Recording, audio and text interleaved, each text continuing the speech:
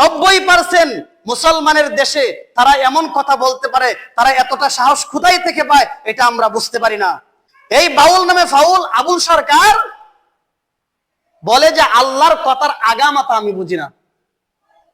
সে তার জ্ঞান দিয়ে আল্লাহকে বিবেচনা করে, আল্লাহর কথার আগামাতা বুঝি না।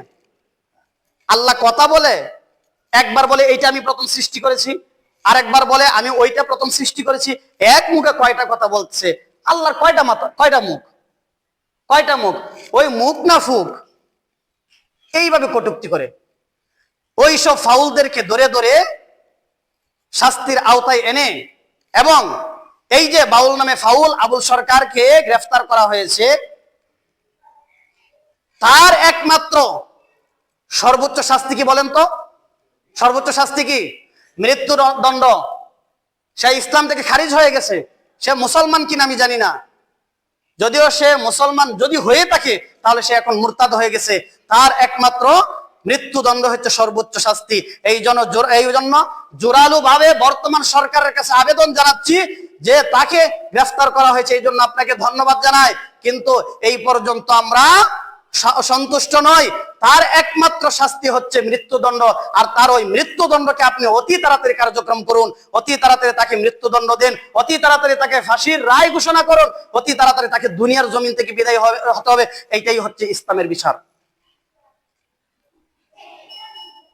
কিভাবে অবমাননা করলো? আল্লাহ তাআলার কালামকে নিয়ে অবমাননা করে। কুল আউযু বিরাব্বিন নাস, এই সূরার মধ্যে নাস বলা হয়েছে। প্রত্যেকটা আয়াতের শেষের দিকে কি বলা আছে? নাস। নাস শব্দের অর্থ কি? মানুষ। সে বলতেছে আল্লাহ বলছে এখানে নাসার কথা।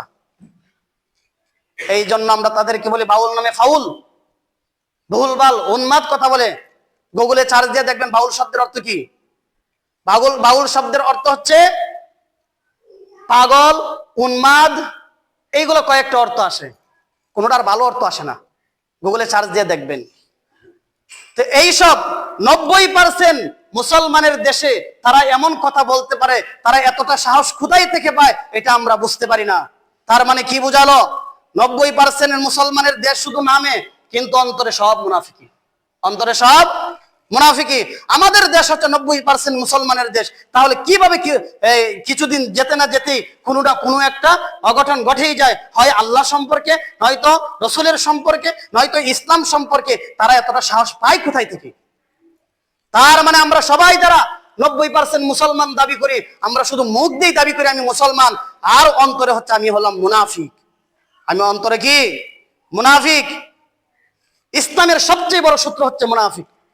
মুনাফিকরা যতটা ইসলামের ক্ষতি করে, কাফেররাও ততটা ক্ষতি করে না ইসলামের। মুনাফিকরা ইসলামের যতটা ক্ষতি করে, ততটা ক্ষতি কাফেররাও করে না। অতএব আমরা জোরালোভাবে জানাচ্ছি সরকারকে, অতি তাড়াতাড়ি তাকে তার মৃত্যুদণ্ড কার্যক্রম করতে হবে। এটা আমাদের দাবি এবং জোরালো দাবি। আর এটাই হচ্ছে ওনার দায়িত্ব। বর্তমান সরকারের দায়িত্ব হচ্ছে এটা। যে কোনো সরকারই আসুক না কেন, যখন সে মুরতাদ হয়ে যাবে তখন সরকারের দায়িত্ব হচ্ছে, যদি মুসলিম শাসক হয় তাহলে তার দায়িত্ব হচ্ছে মৃত্যুদণ্ড দেওয়া তাকে।